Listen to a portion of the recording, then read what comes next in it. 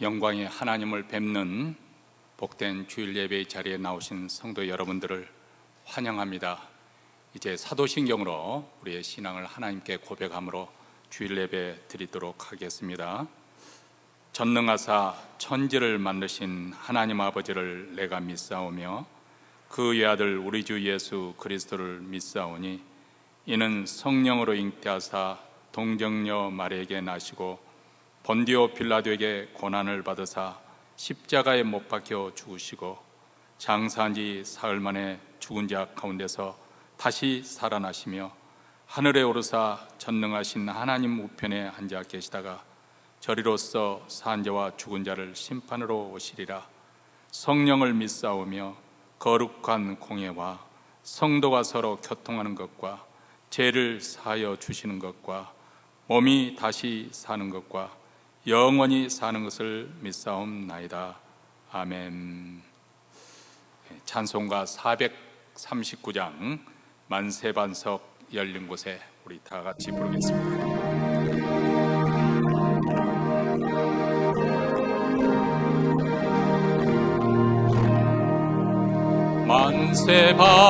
만세반석 열린 곳에 내가 숨어 있으니 원수막이 손 못 대고 환난뿐 없도다.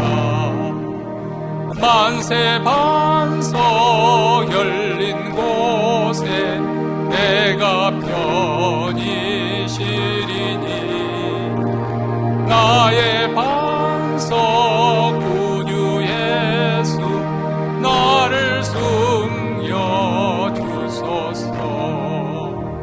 죄에 매여 죽을 인생 편히 쉬기 바라니 주의 가슴 넓은 품에 내가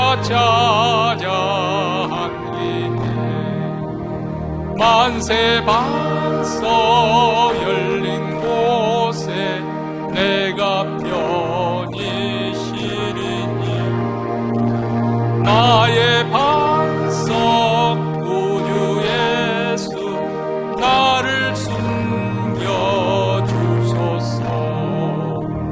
이 땅 위에 평안없고 기쁜 일을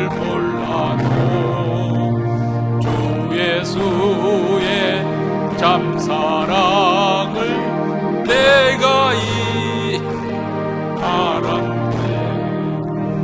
만세반석 열린 곳에 내가 편히 쉬리니 구주 예수 나를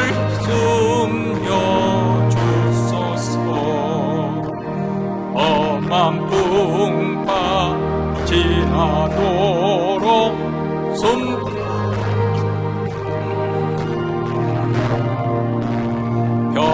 평화로운 피난처에 길이 살게 하소서. 만세반석 열린 곳에 내가 편히 쉬리니 나의 반석 구주 예수 나를 숨겨주소서.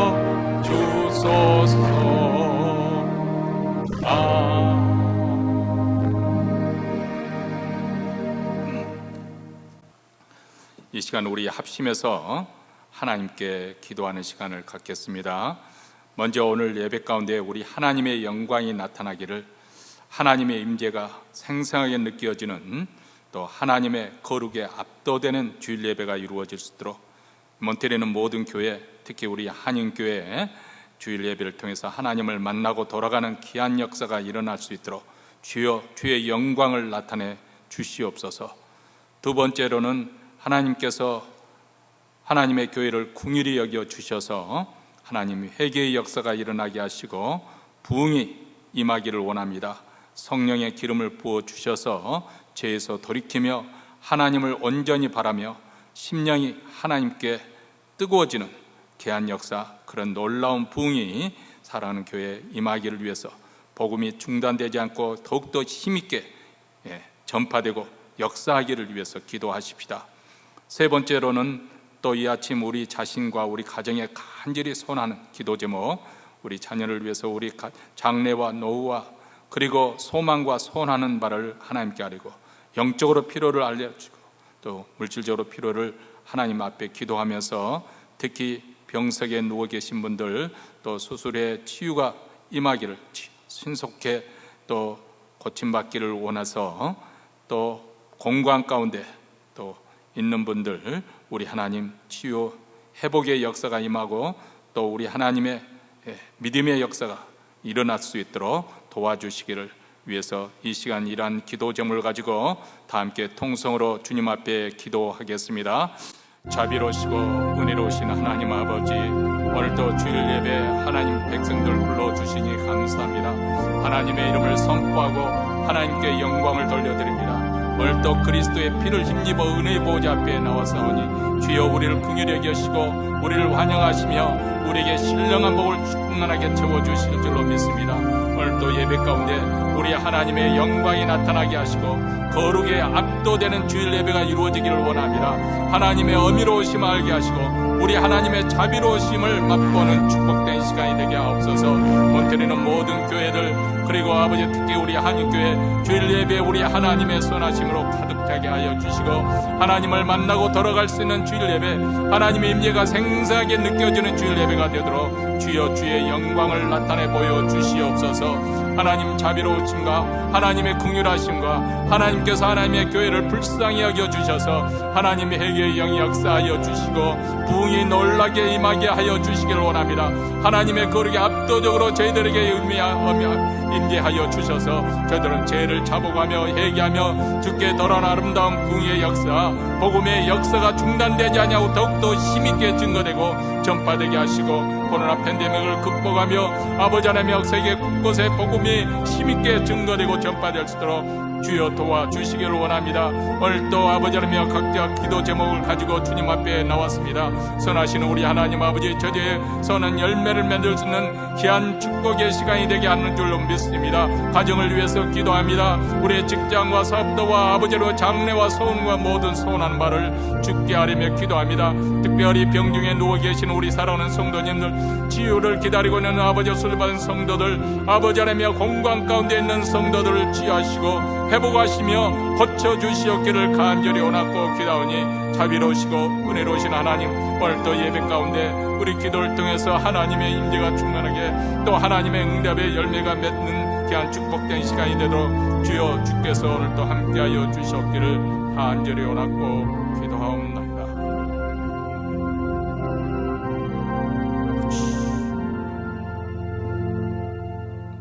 하늘에 계신 우리 아버지여, 이름이 거룩히 여김을 받으시오며 나라의 임하옵시며 뜻이 하늘에서 이룬 것 같이 땅에서도 이루어지이다. 오늘날 우리에게 일용할 양식을 주옵시고 우리가 우리에게 죄진 자를 사하여 준 것 같이 우리 죄를 사하여 주옵시고 우리를 시험에 들게 하지 마옵시고 다만 악에서 구하옵소서. 대개 나라와 권세와 영광이 아버지께 영원히 있사옵나이다. 아멘. 하나님 말씀은 여호수아서 1장 5절부터 9절 말씀입니다. 우리 다 같이 한 목소리 읽습니다. 너의 평생에 너를 능히 당할 자가 없으리니 내가 모세와 함께 있던 것 같이 너와 함께 있을 것임이라. 내가 너를 떠나지 아니하며 버리지 아니하리니 마음을 강하게 하라, 담대히 하라. 너는 이 백성으로 내가 그 조상에 맹세하여 주리라 한 땅을 얻게 하리라. 오직 너는 마음을 강하게 하고 극히 담대히 하여 나의 종 모세가 내게 명한 율법을 다 지켜 행하고 좌로나 우로나 치우치지 말라. 그리하면 어디로 가든지 형통하리니 이 율법책을 내 입에서 떠나지 말게 하며 주야로 그것을 묵상하여 그 가운데 기록한 대로 다 지켜 행하라. 그리하면 내 길이 평탄하게 될 것이라. 내가 형통하리라. 내가 내게 명한 것이 아니냐? 마음을 강하게 하고 담대히 하라. 두려워 말며 놀라지 말라. 내가 어디로 가든지 내 하나님 여호와가 너와 함께 하느니라 하시니라. 아멘. 우리 모두는 각자 마음에 소원하는 바가 있고 또 그 소원하는 것이 잘 이루어지고 또 우리 인생이 형통하기를 원합니다. 근데 문제는 우리가 원하는 것이 또 우리가 뜻하는 바대로 이루어지지 않는다는 것입니다. 왜냐하면 이 세상은 죄가 관영하는 세상이요 악과 부정이 가득한 곳이기 때문에 그렇습니다. 물론 실력이 필요하지만은 실력만 가지고 있다고 해서 모든 일이 이루어지는 것은 아닙니다. 또 우리가 인맥이라고 하죠. 소위 말하자면 백이라고 하는데 이 인맥이 중요하긴 하지만은 좋은 인간관계를 가지고 있다고 해서만 모든 일이 형통하게 되는 것도 아닙니다. 우리가 정직해야 하고 정직이 결국 이긴다고 말은 하지만은 정직하다고 해서 언제나 다 잘 되는 것만은 아니라는 것. 그래서 어떻게 보면 세상 사람들이 이런 세상 일에 관해서 다 팔자요 운수소관이라고 그렇게 말할 만큼 세상 일들은 참 복잡하죠. 자, 이런 세상에서 우리가 살다 보니까 우리 그리스도인들 또 자칫하면은 시편 1편에 나오는 어떻게 보면 우리 그리스도인들이 복을 받는 대강령이라고 그렇게 대전제라고 할 수 있는 그 말씀에서 흔들릴 수가 있습니다. 복 있는 사람은 악인의 꾀를 쫓지 아니하고 죄인의 길에 서지 아니하고 오만한 자리에 앉지 아니한다. 하나님의 말씀이 이렇게 살면 복되다고 말씀을 하시지만은 세상을 보면은 이런 대원칙에서 우리가 우리 자신도 모르게 흔들릴 수가 있습니다. 왜냐하면 얼핏 보기에 세상에는 정말 곤모술수를 잘 쓰는 사람이 또 어떻게 보면 돈이 더 통하는 것처럼 그렇게 보이기 때문에 그렇습니다.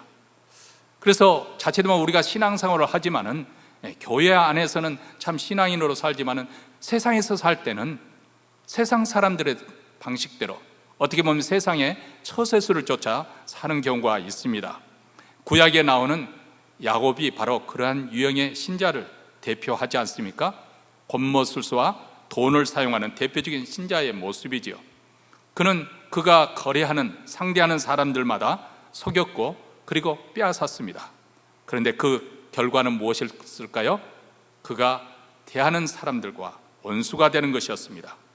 또 그렇게 해서 많은 것을 빼앗은 것 같았지만은 이 일이 언제나 잘 풀리는 것도 아니었습니다. 그는 형을 에서 아버지를 속인 것으로 인해서 형 에서의 칼날이 무서워서 도망쳐야 했고 또 외삼촌 라반을 두려워서 야반도주해야 되는 그랬습니다. 또 세겜 사람들이 무서워서 베델로 올라갔습니다. 결국은 가장 사랑했던 아들 요셉이 맹수의 밥이 되었다는 슬픈 소식을, 비극적인 소식을 드려야만 했습니다. 그래서 그는 물론 하나님의 보호하심 속에 있었지만 언제나 불행했고 언제나 두려웠고 언제나 슬픈 일을 만났습니다. 이와 대조적인 인물이 바로 그의 아들 요셉입니다. 그는 세상 사람들의 관점에서 보면 소위 팔자가 사나운 사람이고 사람들에게 이용만 당하는 것 같았습니다. 형들이 그를 노예로 팔아먹었습니다. 애굽에서 종살이 하던 그가 주인 보디발의 아내의 거짓 모함으로 인해서 그마저도 이제는 감옥살이를 해야 되는 죄인이 되어버리고 말았습니다. 감옥에서 바로의 간원장들을 위해서 꿈을 해석해 주었지만은 거기서 풀려난 술 간원장은 요셉을 까맣게 3년 동안 잊고 말았습니다. 그런데 이렇게 모든 역경, 모든 일들이 그를 대항하는 것처럼 그렇게 보였지만 그를 통해서 요셉은 더욱 단련을 받았고 하나님의 사람으로 성숙한 사람이 되었습니다. 그는 항상 손해를 보는 것 같았지만은 그러나 결국은 모든 사람들에게 존경을 받았고 그들의 마음을 샀습니다. 억울한 환경에 놓여 있었지만은 그는 그럼에도 불구하고 평안을 얻었고 그는 강하기만 했습니다. 그리고 마침내 때가 되었을 때 그가 감옥문을 열고 나왔을 때 애굽의 총리로서 역할을 감당할 준비가 되어 있었습니다. 자, 이 모든 것이 하나님의 섭리 가운데 이루어진 것이라고 우리는 인정할 수밖에 없습니다. 잠언 16장 9절에 보면 사람이 마음에 계획할지라도 그 발걸음을 인도하시는 이는 하나님이시다. 그 일을 성취하시는 분은 여호와 하나님이시라고 말씀을 하십니다. 다시 말하면 우리 믿는 자들은 어떤 계획을 하고 어떻게 행한다 할지라도 결국 하나님께서 우리 믿는 자들을 하나님의 은혜 가운데 사랑 가운데 선을 이루도록 인도하시는 것은 사실입니다. 그럼에도 불구하고 우리가 어떤 신앙생활을 하느냐, 야곱과 같이 세상 방식대로 살아서 그런 언제나 슬프고 언제나 비극적인 일을 만나는, 언제나 남 탓을 하는 그런 인생을 사느냐, 아니면 요셉처럼 갈수록 하나님의 뜻을 이루어가면서 형통하는 삶을 사느냐, 여러분 어느 쪽을 우리는 택해야 할까요?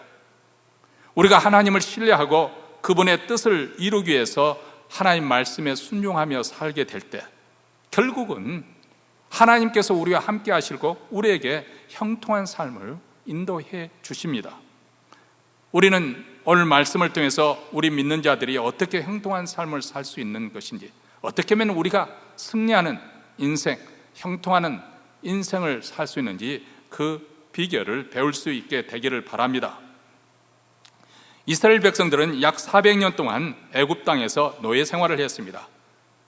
그것이 얼마나 생활이 고달프고 힘들었던지 하나님께 부르짖는 그 부르짖음이 하늘까지 사무쳤습니다.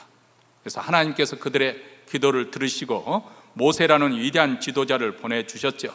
그리고 모세는 하나님의 말씀으로 말씀과 그 능력으로 기적을 행하면서 이스라엘 백성들을 애굽으로부터 해방시켰습니다.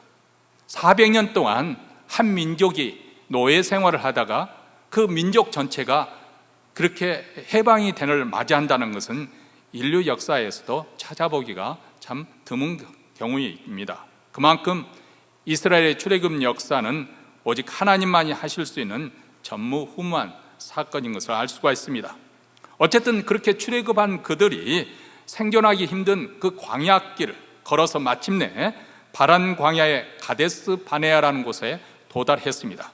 거기까지 오는 데 있어서는 약 2년이 걸렸죠.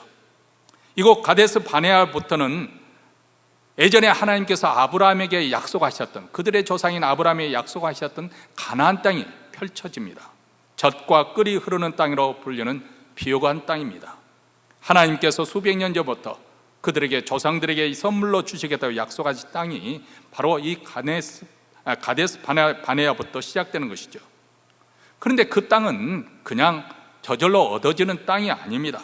왜냐하면 그곳에는 이미 7 가나안 부족들이 수백 년 동안 뿌리를 내리고 정착해서 살고 있었기 때문에 그들은 이미 철기 문명을 가지고 있었습니다.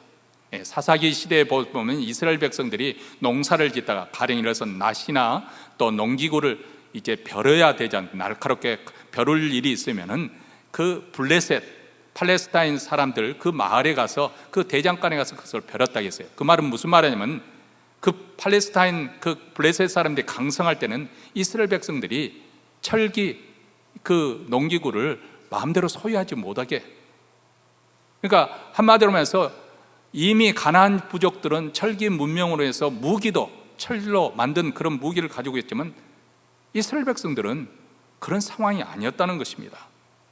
그들은 또한 견고한 성벽을 쌓았고 또 강한 전투력을 소유했습니다. 근데 가나안 땅을 차지하려면 이들과 싸워야 되는 것이죠.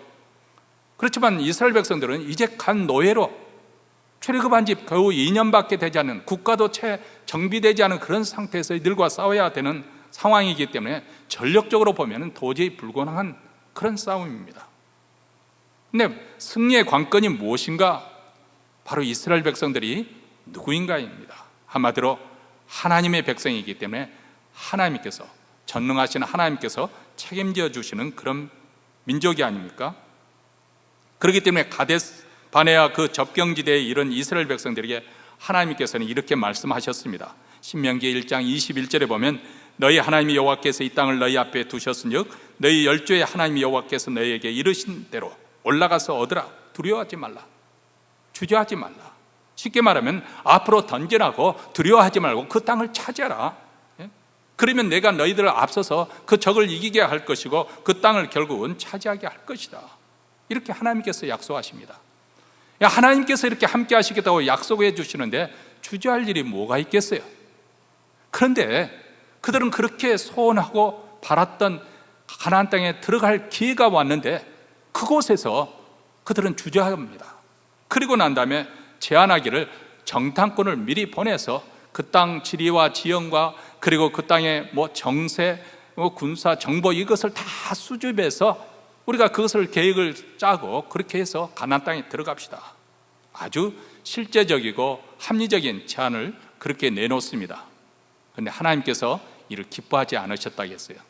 왜냐하면 물론 세상에서는 그것이 필요할 때가 있고 또 우리도 믿는 자들도 그렇게 합리적인 제안대로 세상에서 상식적인 그런 것을 가지고 우리가 삽니다마는 그러나 이미 하나님께서 약속을 주셨거든요. 그뿐만 아니고 그들이 제안하는 것은 믿음 가운데 나오는 것이 아니라 하나님의 약속을 믿지 못하는 그 불신앙 가운데 나온 것이고 결국 나중에 보면 그 불신앙이 표출이 되지요. 근데 하나님께서 그들에게 그렇게 하도록 허락을 하십니다. 그래서 그제들의 고집대로 각 지파에서 한 명씩 뽑아서 12명의 정탐꾼을 미리 보냅니다. 그들은 40일 동안 그 가나안 땅을 두루두루 여기저기 살피면서 열심히 정보를 수집해서 그리고 각자가 수집한 그 정보들을 이스라엘 민족에게 보고를 합니다. 처음에는 아주 듣기 좋은 소리로 시작을 했습니다. 우리가 가서 가나안 땅을 보았는데 하나님께서 말씀한 대로 정말 젖과 꿀이 흐르는 땅이었습니다. 너무나 비옥한 땅입니다. 그 사례로 우리가 포도송이를 가져왔습니다. 근데 그 에스골 골짜기에서 꺾어온 포도송이 한 가지를 두 장정이 메고 올 정도였다니까 얼마나 그 땅이 비옥했는지, 포도송이가 얼마나 컸으면 두 장정이 메고 왔을겠습니까? 여기까지는 참 자랑스럽게 그렇게 보고를 했었는데 그 다음부터는 말이 바뀌기 시작합니다. 그런데 그 가나안 땅에서 우리가 그 성들을 보았는데 그 성체가 얼마나 견고한지, 그 성곽이 얼마나 높은지 정말 엄청났습니다. 그래서 하늘에까지 닿았다. 그러니까 다시 말하면 그것을 보고 자신감을 상실하니까 하늘에까지 닿았다. 그러면서 거기에 사는 아낙 그 부족들을 봤는데 그들은 참 대단했습니다. 그들은 네피림같이 산의 대장부였고 우리는 그들에게 비하니까 메뚜기와 같았습니다. 이렇게 보고를 합니다. 아마 정탐꾼이 목격했던 이 아낙 자손들은 가나안 부족들 가운데 특별히 기골이 장대하고 키가 컸던 것 같습니다. 그래서 그 아낙 자손을 볼 때 그들은 네피림이라고 그렇게 생각을 했던 것이죠. 여러분, 네피림은 창세기 6장에 나오는 그 전설적인 거인, 전승대에 내려온 그런 이야기 가운데 반신반인 그런 스토리, 그리스 로마 신에 나오는 그런 영웅담들이 있지 않습니까? 그런 이야기입니다. 하나님께 세상을 창조하신 후에 얼마 되지 않았을 때 전설에 의하면 이 네피림들은 아주 기골이 장대하고 또 모든 면에서 아주 출중한 그런 남자들이었던 것 같습니다. 그런데 그렇게 힘세고 건장한 체격으로 그들이 생산적인 일을 하고 선한 일을 꾸민 것이 아니라 죄를 짓는 일에 죄가 관영했다.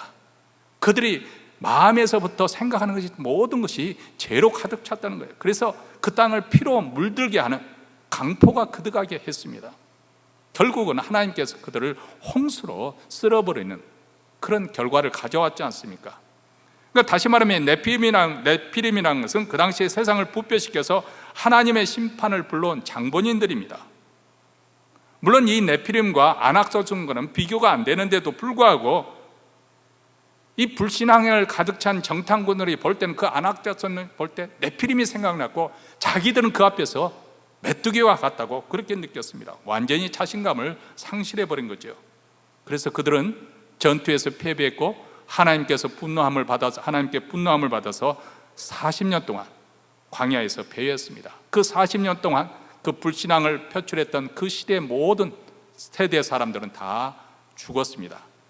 한마디로 잃어버린 세월이죠. 허비된 세월입니다. 망각의 시간입니다.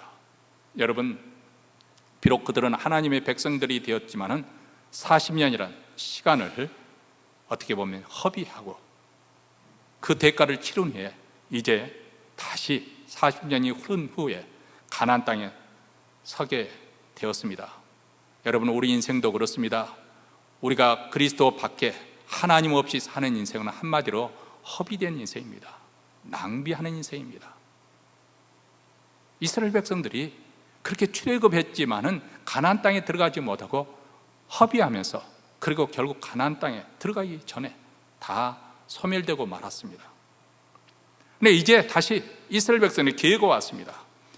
물론 가나안 땅에는 여전히 가나안 족속들이 정착해 있고 견고한 성벽이 여전히 가로막고 있습니다. 그의 군대는 여전히 막강합니다. 그래서 그들과 싸워서 땅을 빼앗는 것이 사실 불가능해 보입니다. 그런데 하나님께서 이 땅은 무력이나 군대 전력으로서 얻는 것이 아니라는 것을 분명히 말씀합니다. 전쟁을 이기기 위해서 이스라엘 백성들에게 요구되는 것은 올동한 전력상의 그런 우세가 아니라 더 나은 무기로 무장을 잘하는 것도 아니고, 하나님께서 그들에게 무엇을 요구하십니까? 그것은 마음을 강하게 하고 담대히 하는 것입니다. 왜냐하면 하나님께서 이미 그 땅을 너희에게 주기로 약속했으니까. 그래서 1장 6절 오늘 본문 말씀에 보면 마음을 강하게 하라, 담대하여라. 너는 이 백성으로 내가 그 조상에 맹세해 주리라 한 땅을 얻게 하리라. 한마디로 믿음으로 담대히 나아가면 그 땅을 차지하게 될 거라는 것입니다.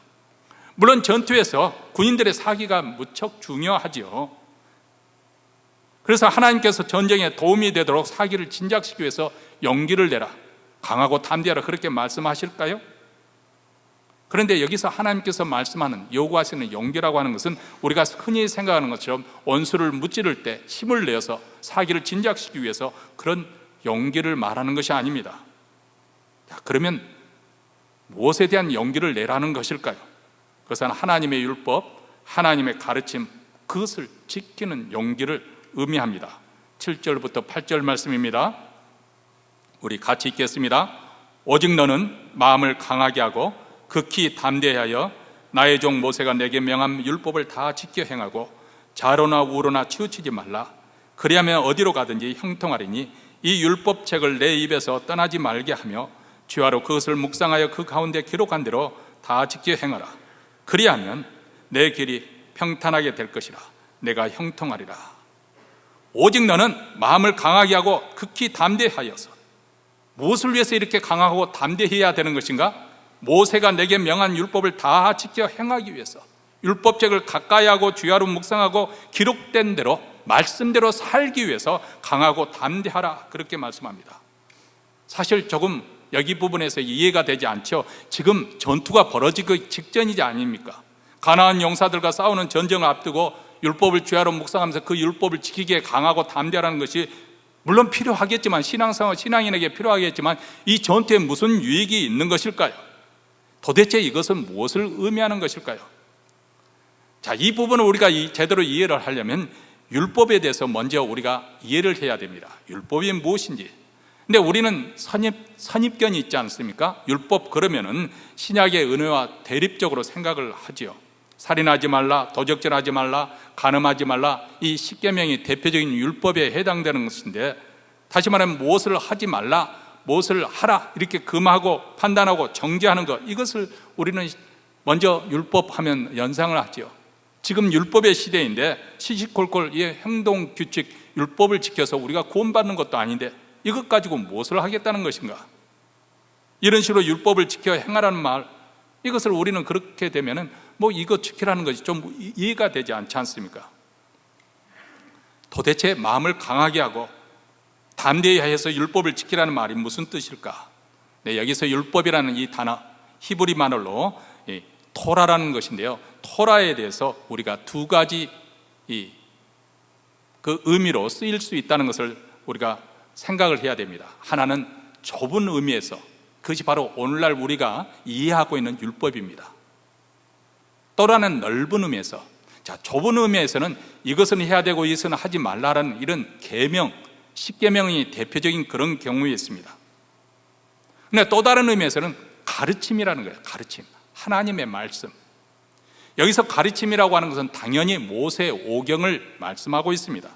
창세기, 출애굽기, 레위기, 민수기, 신명기, 이 모세 오경에 나와 있는 하나님의 가르침.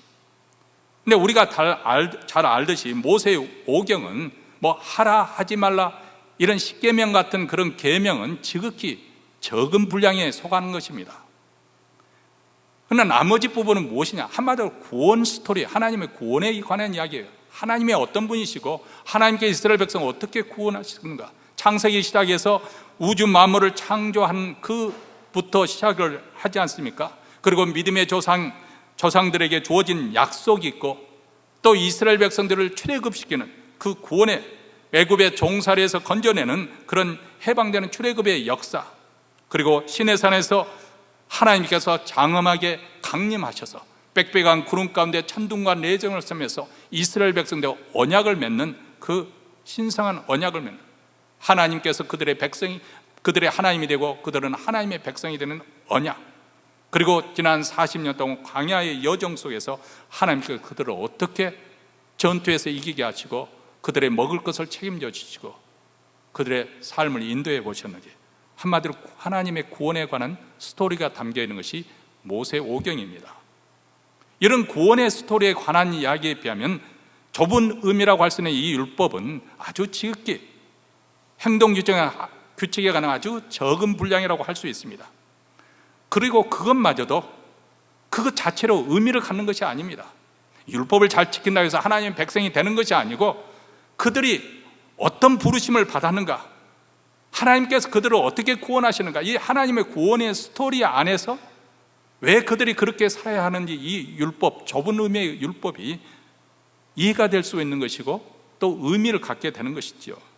즉 다시 말하면 하나님께서 그들을 하나님의 백성으로 구원하여 주셨기 때문에, 하나님의 백성으로 그들을 불러주셨기 때문에 우리가 이렇게 거룩하게 살아야 된다. 이게 십계명이 그래서 의미를 가지고 있는 것이지, 십계명을 잘 지키면 너희들이 하나님 백성이 될 것이다, 그렇게 해서 주신 것이 아니거든요. 그렇기 때문에 우리가 율법, 이 토라의 첫 번째 의미는, 이것을 통해서 우리는 무엇을 알 수가 있고 무엇을 배울 수 있는 것인가? 이스라엘 백성을 구원해 주시는 전능하신 하나님에 대해서 말씀해 줍니다. 우리를 구원해 주신 하나님이 천지 창조하신 그 창조주 하나님, 그 하나님이시다. 그분이 우리를 구원해 주셨다. 그리고 그분이 우리를 하나님의 은혜 가운데 하나님 백성으로 우리를 만들어 주셨다. 그렇기 때문에 두 번째로 우리가 이 모세 오경을 통해서 배울 수 있는 것은 이스라엘 백성들이 누구인지, 그들의 정체성과 그리고 그들이 부르심을 받은 사명이 무엇인지, 부르심 받은 소명이 무엇인지 그것을 밝혀주는 것이죠. 따라서 우리는 토라라는 그런 좁은 의미에서 율법에서 생각하지 말고, 이스라엘 백성들이 어떻게 살아야 될 것인가, 왜 그렇게 살아야 되는 것인가, 그들의 정체성과 사명에 대해서 가르쳐주는 모세의 가르침이라고 그렇게 우리는 이해를 하는 것이 좋습니다. 하나님께서 왜 여호수아에게 이 율법을 묵상하고 그것을 지키라고 말씀하셨는가? 그것은 우리의 삶이 단지 물리적인 그런 육체적인 싸움, 전력적으로 이렇게 우열을 가려내는 그런 싸움이 아니라 그 이면에 감춰진 영적인 싸움이 있기 때문에 있습니다.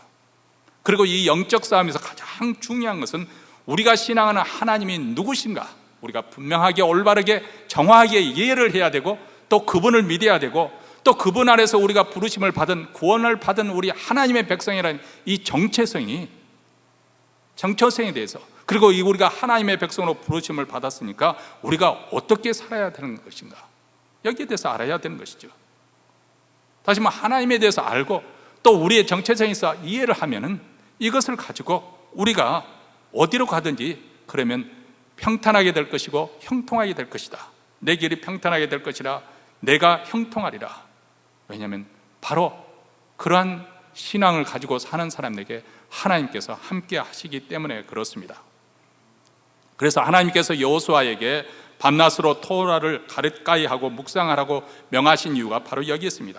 왜냐하면 이런 물리적인 전투에 앞서서 그들이 잘 싸워야 될 싸움이 있는데, 그것은 바로 영적인 전투이기 때문에, 영적인 전투. 그래서 선지자 병법에도 그런 말이 있지 않습니까? 적을 알기 전에 천자병법에서 나오는 것이 아니네요. 생각해 보니까 내 자신을 알아야 되는 거죠. 내가 누구인지, 내 자신에 대해서 싸우기 전에 내 자신에 대해서 정확하게 내가 가지고 있는 것이 무엇인지 알아야 우리가 전투에 나가 싸우지 않습니까? 예수님께서 그 전투가 벌어졌을 때 내 자신의 전략을 가지고 적군과 싸워서 이길 수 있을 것 같으면 나가서 싸울 것이고, 질 것 같으면 미리 화친을 청하라, 그렇게 말씀하는 비유가 바로 여기에서 나오는 거 아니겠습니까? 다시 말하면 여호수아와 그 백성들이 전투하면서 그들이 늘 기억해야 될 것은 무엇이냐면 우리가 누구인가? 우리가 하나님의 백성, 다시 말하면 하나님이 책임져 주시는 백성이다. 하나님이 우리와 함께 하신다. 이것을 놓치지 말라는 것입니다.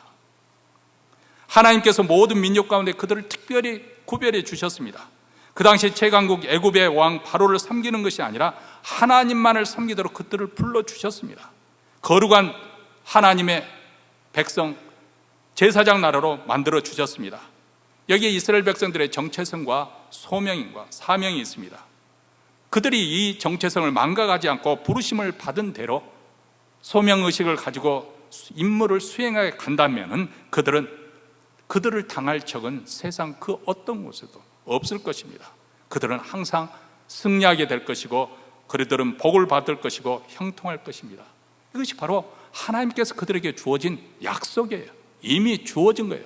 그것을 이제는 그들이 믿음으로 취해야 되는 거예요. 그러려면 그들이 강하고 담대하게 말씀대로 행해야 된다는 것입니다.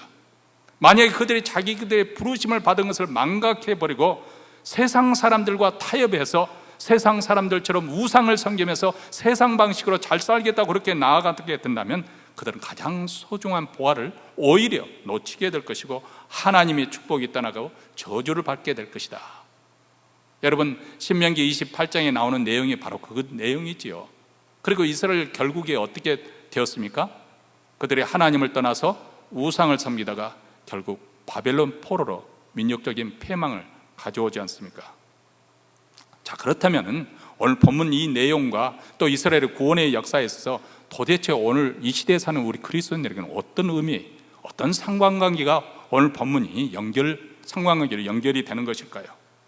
사실 이스라엘 백성들이 가나안 땅에 들어가는 것은 어떤 의미에서 오늘 우리가 그리스도를 믿고 구원을 받는 것과 마찬가지입니다. 물론 가나안 땅에 들어가는 것, 그래서 요단강을 건너, 그것은 죽음을 의미하는 것이고, 요단강을 건너서 천국에 들어간다, 그것은 우리가 죽어서 천국에 간다는 것을 상징하기도 하지만은, 그러나 꼭 그렇게만 해석이 가능한 것이 아닙니다. 두 가지로 해석하는데, 가나안 땅에 들어간다는 것은 한마디로 우리가 그리스도인이 되어서 이제부터는 그리스도인답게 살아가는 거예요. 가나안 땅에 들어가 사는 거예요. 왜냐하면 가나안 땅에 들어가서 완전한 안식을 취하는 것이 아니거든요. 무엇이 그들을 기다리고 있어요? 바로 그곳에 정착해 살고 있는 강성한 원주민, 이 가나안 족속들과 전투를 해야 되는 것이거든요. 싸워서 그들을 쫓아내야 되는 것이에요. 우리도 마찬가지예요. 우리가 예수를 믿어서 구원을 받았지만 모든 문제가 다 종결된 것이 아닙니다. 어떻게 보면 새로운 차원에서 영적 전투에 우리는 돌입을 했습니다. 그것은 무엇일까요? 물론 이런 세상의 어떤 정신, 그 배후의 역사는 악한 영들의 역사, 이런 것과 대항해서 싸워야 되지만은 그것보다 더 크고 또 아주 지루한 그런 싸움이 있습니다. 그것은 바로 우리 안에 제어하기가 쉽지 않는 그런 야만인이 있기 때문에 그들과의 싸움입니다. 한마디로 옛사람이라고 불리우는 자신과의 싸움이 우리를 기다리고 있습니다. 이것은 쉽게 끝장을 볼 만큼 그렇게 손쉬운 상대가 아닙니다. 그것은 마치 네피림과 안악자손 같이 아주 장대하고 거인과 같아서 우리 안에 아주 견고한 진을 쥐고 버티면서 저항을 합니다. 그래서 오죽 했으면 사도 바울이 로마서 7장에서 내가 하나님의 의를 이루면서 그렇게 열심히 하나님 말씀대로 살려고 하는데, 그런 내가 힘써 노력한 그 율법적인 노력이 무의로 돌아간 것을 이렇게 표현을 하고 있습니다. 내 속 곧 내 육신에 선한 것이 거하지 아니한 줄을 아노니 내가 원하는 바 선은 하지 아니하고 도리어 원치 않은 바 악은 행하노도다. 자, 우리가 구원을 받았습니다. 구원을 받아서 하나님의 뜻대로 살기를 원하고 그렇게 살려고 발버둥을 치는데, 이상하게 잘 나가다가도 또 끝말에 보면 엉뚱한 길로 빠지고 또 헛발을 짚게 되고 실족을 하고 또 범죄를 빠지는 그런 경우. 나는 더 하나님을 사랑하고 싶고 더 말씀을 공부하고 싶고 더 기도를 하고 싶은데 자꾸 좌절이 되고 실망이 나타나게 돼요. 여러분, 우리가 반복되는 그 나쁜 습관이나 죄 때문에 고통을 받을 때 두 가지 현상으로 되게 나타납니다. 하나는 체념해 버리는 거예요. 아무개 집사도 그렇고 아무개 장로도 그렇고 권사도 보니까 다 그렇게 사는데 이렇게 이 정도는 괜찮은 양호한 거 아니야? 그래도 내가 주일 성수하고 헌금 내고 이렇게 하니까 내가 잘하고 있는 것이지. 스스로 그렇게 타협을 하고 그리고 자기가 하고 있는 죄에 대해서 합리화를 시킵니다. 아예 체념을 해버려요. 더 이상 싸우지 않는 거예요. 또 하나의 현상이 있습니다. 그것은 바리새인처럼 되는 거예요. 자기 자신의 그런 죄, 실족함을 딱 묻어주고 이 투사심리라는 게 있거든요. 자기가 그런 부분에서 예민하게 있기 때문에 다른 사람이 그런 동일한 범죄를 짓는 것, 다른 사람이 부족한 것을 보면 아주 날카롭게 정죄하는 것, 이것이 바로 바리새인들이거든요. 그래서 예수를 잘 믿으면 예수님을 더 닮아가야 되는 것이 정상적인데 이 사람이 집사도 되고 장로도 되고 권사도 되고 목사도 됐는데 오히려 바리새인이 되어가지고 다른 사람들의 신앙에 잘못한 부족한 부분을 자꾸 지적하고 판단하고 정죄하는 거예요. 이상하잖아요. 선한 열매를 맺어야 되는데 그 나타나는 열매가 육체의 열매, 시기, 분쟁, 다툼이 여기서 나오는 거 아니겠습니까? 사도 바울도 열심히 신앙생활 하나님을 잘 믿어보려고 하지만은 이렇게 모순적으로 아이러니하게도 더 원치 않은 일들이 육체적인 열매를 맺는 것을 보고 그래서 절망을 하지요. 오호라, 나는 공고한 사람이로다. 이 사망의 늪에서 누가 나를 건져내랴. 여러분, 우리가 신앙생활하면서 이런 고백을, 이런 한숨을, 이런 탄식을 쉬어보지 않는 사람이라고 한다면 그 사람은 가짜 그리스도인입니다. 우리가 진지하게 그리스도인으로 살려고 하면 누구나 다 이런 낙심을 할 수가 있고 이렇게 탄식할 수 있어요. 만약 이런 탄식을 한 번도 해본 적이 없다? 그 사람은 위선에, 외식에 쩔어 있는 사람이에요. 아직도 바리새인처럼 자기 자신을 알지 못하고 남만 보고 저 사람은 왜 기도를 안 하지? 저 사람은 왜 말씀 공부를 안 하지? 저 사람이 왜 교회에 나오지 않지? 이렇게 정죄를 하고 있는 사람들, 바리새인들은 그런 신앙생활을 하는 사람이에요. 그러나 우리가 진지하게 하나님 말씀대로 살아보려고 노력하면 사도 바울처럼 고백하지 않을 수 없습니다. 탄식하게 됩니다.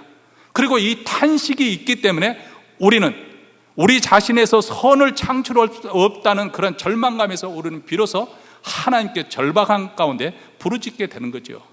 그래서 사도 바울이 이 탄식에 의해서 우리 주 예수 그리스도로 말미암아 하나님께 감사하리로다. 왜요? 나는 내가 힘으로 하나님의 의를 이루어보겠다고 열심히 신앙생활을 해봤는데 맺는 것은 육체적인 열매밖에 없어요. 오히려 하나님으로부터 더 멀어지고 있는 내 자신의 좌절하고 있는데, 그런데 하나님께서 그리스도를 통해서 주어진 은혜가 있기 때문에 8장에서 그 이유에 대해서 이렇게 설명합니다. 그러므로 이제 그리스도 예수 안에 있는 자에게는 결코 정죄함이 없나니 이는 그리스도 예수 안에는 생명의 성령의 법이 죄와 사망의 법에서 너를 해방하였습니다. 자, 다시 말하면 사도 바울처럼 아무리 거룩한 사도라 할지라도 하나님의 은혜를 떠나서는 내 자신과의 싸움, 내 안에는 옛 성품, 옛 사람과의 싸움에서 승리할 수 없다. 예부로부터의 도움, 바로 하나님께 은혜가 임하였을 때, 하나님의 권능으로 역사하실 때, 그리스도 안에 이루시는 하나님의 놀라운 역사, 십자가의 그 놀라운 사랑으로 임하는 그 하나님의 은혜가 우리로 하여금 죄와 사망의 법에서 우리를 해방시켜 주는 것이죠. 그리고 우리가 이제 믿음으로 나아가면 우리는 승리하게 되어 있고 우리는 행통하는 인생을 살게 되었습니다. 우리가 싸우는 영적 싸움이 바로 여기에 있습니다. 그리스도 안에서 하나님의 도우심과 권능으로 우리 자신의 그 연약함을 괴롭히고 짓밟는 그 야만인들을 쫓아버리고 우리 육신 안에 도사리고 있는 그 경관제들을 다 파쇄하고 하나님을 아는 것을 대적하여 높아진 이론들을 다 무너뜨리고 모든 생각을 사로잡아서 그리스도에게 복종시키는 이 복음의 역사, 이렇게 우리가 가나안의 높은 성벽을 무너뜨리고 장대한 안악조선을 넘어뜨릴 수 있는 것이죠. 바로 하나님께서 약속하신 안식과 샬롬이 비로소 충만하게 누릴 수 있는 것입니다. 그리스도 안에서 하늘의 모든 신령한 복을 우리가 누리게 되는 줄 믿습니다. 그런 인생이 바로 형통하는 인생입니다. 그런 인생은 그 사람이 어디에 놓여있든 상관하지 않습니다. 뭐 가난에 처할 수도 있고요, 질병으로 인해서 병석에 누워있을 수도 있고요, 일마다 잘 실패할 수도 있어요. 아니 또 잘 될 수도 있어요. 세상에서도 잘 일들이 풀릴 수가 있어요.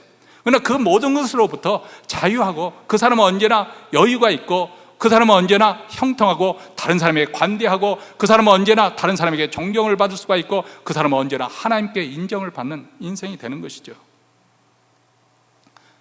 우리가 이 세상에서 승리하고 또 우리 자신으로부터 승리하고 형통하는 인생을 살기 원하십니까?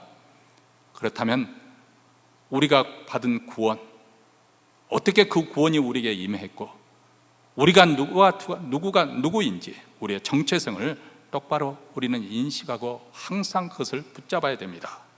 베드로전서 2장 9절에 보면은 오직 너희는 택하신 족속이요 왕 같은 제사장들이요 형통한 거룩한 나라요 그의 소유된 백성이니. 형통할 수 있는 비결이 어디 있다고 말씀하고 있습니까? 우리를 하나님 백성으로 부르신 그 부르심에 맞게 살아가는 것입니다. 늘 말씀을 깊게 묵상하여서 우리와 함께 하시는 하나님이 누구신지, 그리고 그분이 우리를 위해서 그리스도를 통해서 그리스도 안에서 우리에게 무엇을 행하셨는지, 그분이 이루신 그 구원에 어떤 의미를 갖는 것인지, 우리를 자녀로 부르신 목적이 무엇인지, 이것을 늘 우리는 말씀을 통해서 확증해야 됩니다. 그래서 세상에서 정말 우리가 하나님의 자녀답게, 그리스도인답게 우리가 정체성을 지키며 살아가야 됩니다. 그러려면은 여기에는 아주 비상한 용기와 믿음이 필요합니다. 심지어는 우리가 하나님 말씀대로 살다가 망하면 망하겠다, 그런 결단을 가질 필요가 있습니다. 그런데 오히려 그렇게 살면 하나님께서 우리의 길을 더 형통하게 만들어 주시는 것을 우리는 경험할 수가 있습니다. 그러므로 우리는 마음을 강하게 하고 담대하게 하나님 말씀대로 살기를 다짐을 해야 됩니다. 세상에 성공할 수 있는 길이 많아 보이고, 또 세상에 복 받을 수 있는 길이 많아 보이고, 형통할 수 있는 길이 많아 보이지만은 우리에게는 오직 한 길입니다. 하나님 말씀대로 쫓아 사는 것, 하나님의 백성답게 살기 위해서 말씀을 지키는 것, 좌로나 우로나 치우치지 않은 것, 이렇게 살려면 대단한 용기가 필요합니다. 용기 있지 않냐면은 우리는 세상에서 적당히 타협하고 살 것입니다. 근데 우리 그리스도인들은 세상 사람들의 방식대로 살면 100번 싸우면 100번 질 수밖에 없습니다. 왜냐하면 세상 사람들은 더 물불을 가리지 않고, 뭐 이것이 좋은 것인지 나쁜 것인지 선한 것인지 악한 것인지 가리지 않고 그들은 싸울 것이기 때문에 우리는 그래도 양심이 어느 정도는 살아있지 않습니까?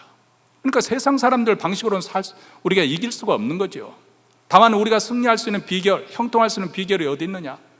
내가 하나님의 백성이 되었으니까 하나님 방식대로, 그래서 하나님이 우리를 위해서 싸우시도록 우리와 함께 하시는 것, 이것이 우리가 이 세상에서 승리하는 비결입니다.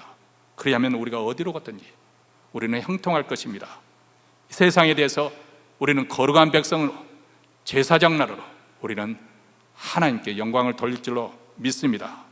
이 복이 우리 모두에게 임하기를 주의 이름으로 축원합니다. 우리가 말씀을 우리가 다시 한번 정리하면서 찬양 한 곡 부르도록 하겠습니다. 나의 등 뒤에서.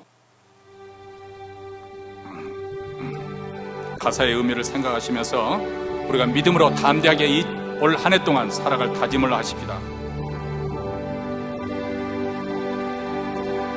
나의 등 뒤에서 나를 도우시는 주, 나의 인생길에서 지치고 고나여 매일 주저앉고 싶을 때 나를 밀어주시네. 이 일어나 걸어라. 내가 새 힘을 주리니 일어나 너 걸어라. 내 너를 도우리. 나의 등 뒤에서 나를 도우시는 주. 평안히 길을 갈 때 보이지 않나도 지치고 고나여 넘어질 때면 다가와 손 내미시네. 일어나 걸어라. 내가 새 힘을 주리니 일어나 너 걸어라. 내 너를 도우리. 나의 등 뒤에서 나를 도우시는 때때로 뒤돌아보며 여전히 계신 주, 여전히 계신 주. 단짠한 미소로 바라보시며 나를 재촉하시네. 일어나 걸어라. 일어나 걸어라. 내가 새 힘을 주리니 일어나 너 걸어라. 내 너를 일어나 걸어라. 일어나 걸어라. 내가 새 힘을 주리니 일어나 너 걸어라. 내 너를 도우리.